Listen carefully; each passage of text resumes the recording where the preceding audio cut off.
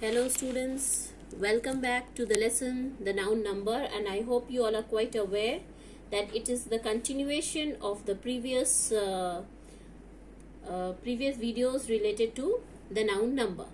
So in those videos I already discussed regarding all the rules and regulation for the transformation of singular noun into plural noun. Here again I am going to discuss few more rules related to the same. Right, so let's begin. So here is the next rule, that is, some nouns have two meanings in the singular but one in the plural. So students, what is to be seen over here is, in this rule, is that some of the nouns have got two meanings in singular. When it is in the singular form, when the noun is in the singular form, it has got two meanings. But when it is converted into plural, the meaning turns into one. That is, it has got only one meaning. See some few examples mentioned over here. Light, it in the singular form it has got the meaning radiance and a lamp. But when it is converted into plural, it has got the meaning that is lamps. Right? Only one meaning is there, that is lamps. Lights means lamps. Now people, it's already discussed in my previous video regarding people, that is people can be used in the singular as well as plural form. So in the singular form, people, it means nation, men and women, and obviously children is also included in that. But in the plural sense, it becomes peoples, and it means only nation. Okay, it doesn't mean anything else but only nation. So students, I hope it's very clear to you. Some nouns have got two meanings in the singular but one in the plural. And few more examples are also mentioned in your book. Please refer to your book while you're sitting and watching this video, as discussed already earlier.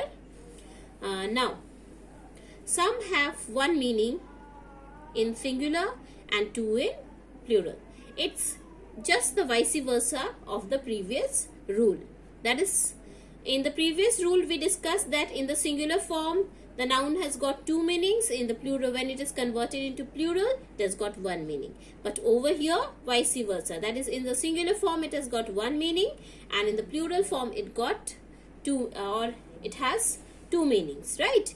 Let's see what are the different meanings. Let's see. In the singular form, color means hue. What do you mean by color? Color means hue. Okay, and colors means hues, the flag of a regiment. It also means hues and the flag of a regiment. Now the next word is custom. It means habit. Okay, and next, when it is converted, custom is converted into plural.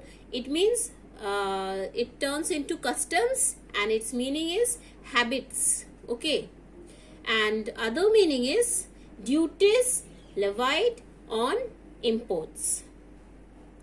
Actually, what do you mean by levied? It means a tax, fee, or fine, charges on the on any places where the export-import business takes place. Now quarter.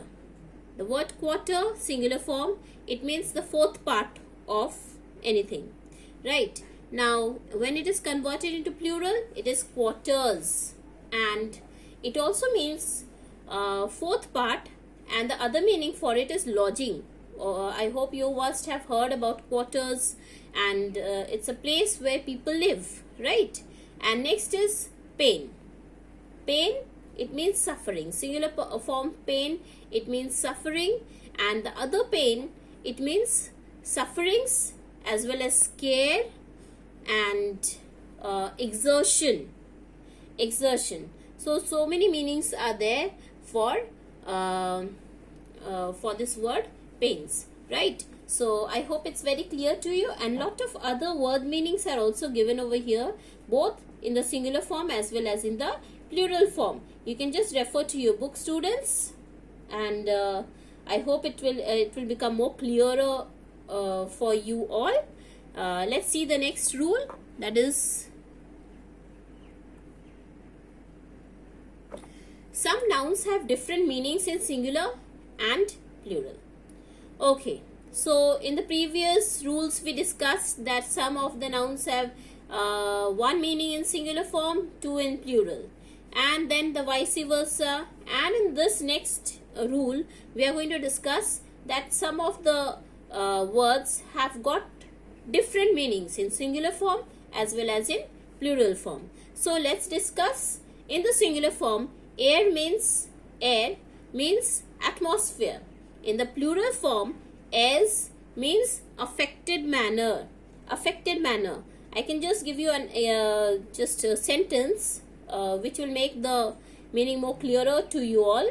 I pity the poor boy who gives himself the airs of a monarch. That means the person is, or the boy is affected by the person, right? That is airs. And respect means regards, and then respects, plural form respects means compliments, right? You can just see, students, that both the meanings are different. Force, it means strength, and then force is converted into forces. It means troops. That means lot of army members, lot of people getting together and ready for fight, fighting in the ready for fight in the border areas. That is army.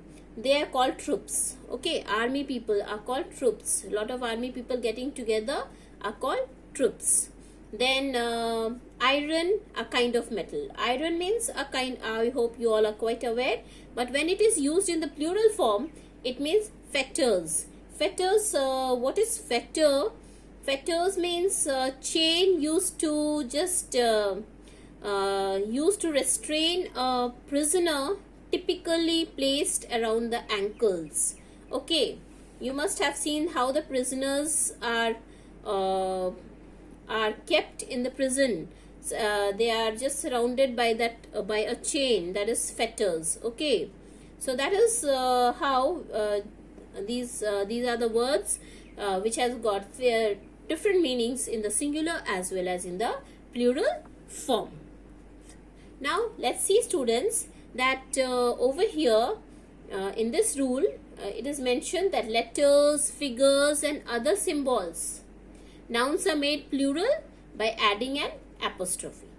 So some of the letters, figures just like 2, 3, 4, these are figures, and other symbols, there are many symbols which are made plural by adding apostrophe s. Okay, so what we need to do to make it plural? We just need to add a apostrophe s to make it plural. You can just refer to your book, students. There are few sentences mentioned over here in your book. There are more e's than a's in this page. That means we are not talking about a single e. There is no single e in this page. There are many e's. Okay, so it's mentioned there are more e's than a's.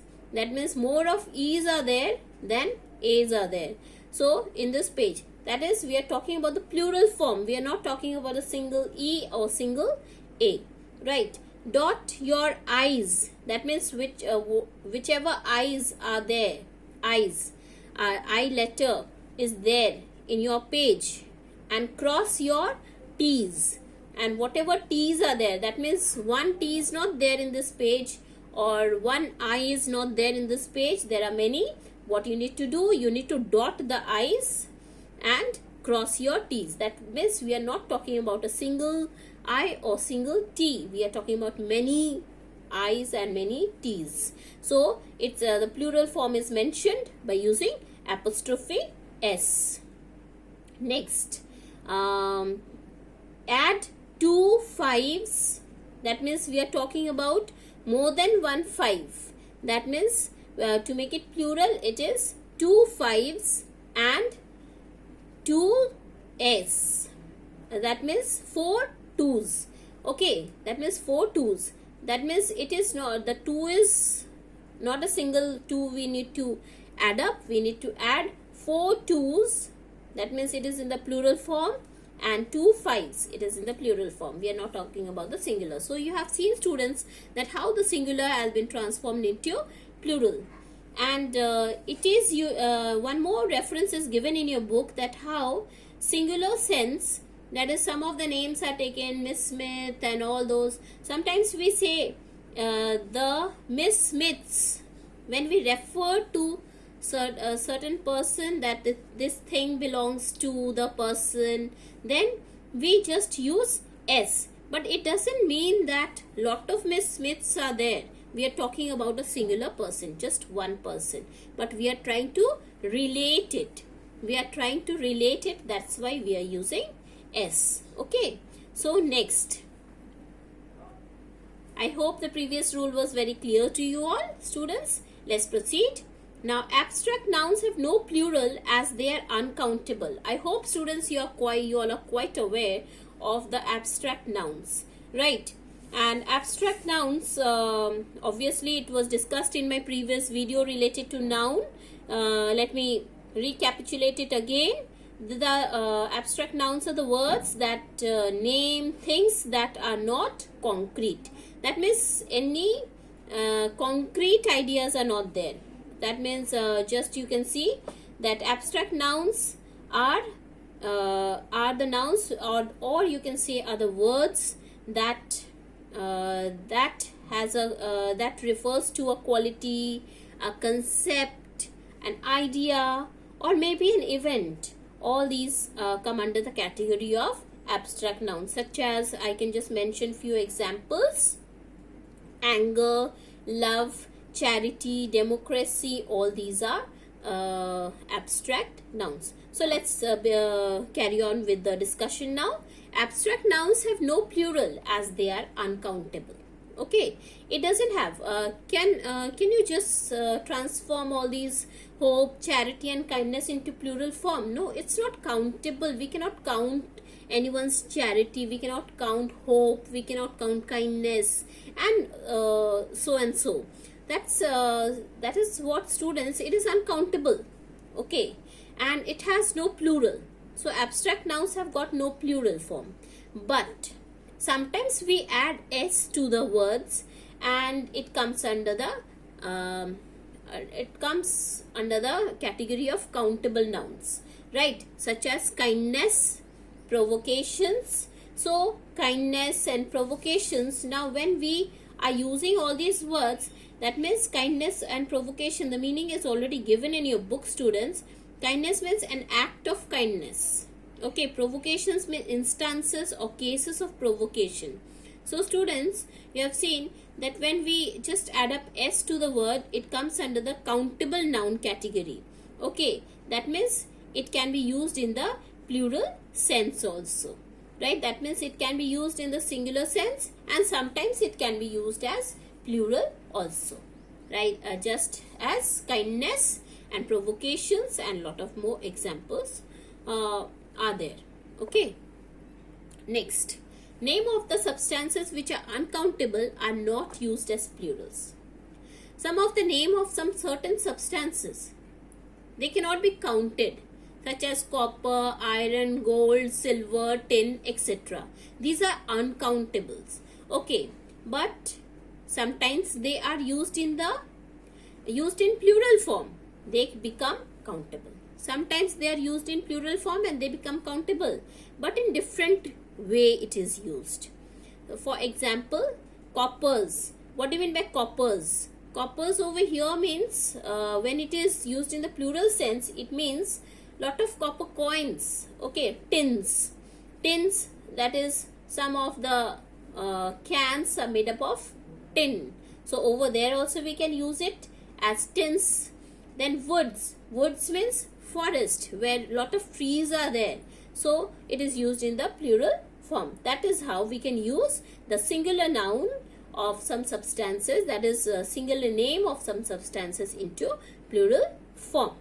Okay, I hope it's very clear to you all, and I've been able to make this lesson very clear to you all.